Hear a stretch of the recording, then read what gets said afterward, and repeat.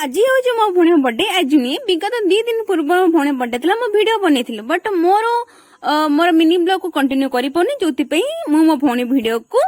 post कर पारी तो एपटे मो भौणी रेडी होता सांग सहित जावाई तो एपटे मु जिम आसला नड़िया पानी विथ जामु कोली खाई टिके फ्रेश होती मैंने मो पेट को शांत करूली शांत आसला एपटे मो भौणी को रेडी कर देथिली बिकज सी बाहरी जाता सांग सहित मस्ती करने तो एपटे राति बनाऊलु पूरी तरकारी बेसी किसी प्लानिंग नथिला कारण सकाळे ऑलरेडी खीरी आ मिठाली बंटा बंटी होता समस्त घरे तो साइड डिश आम बनईलु पनीर स्टिक तो ये मुझे टेस्ट करी केमी बनी तो स्टिक तो सब भांगी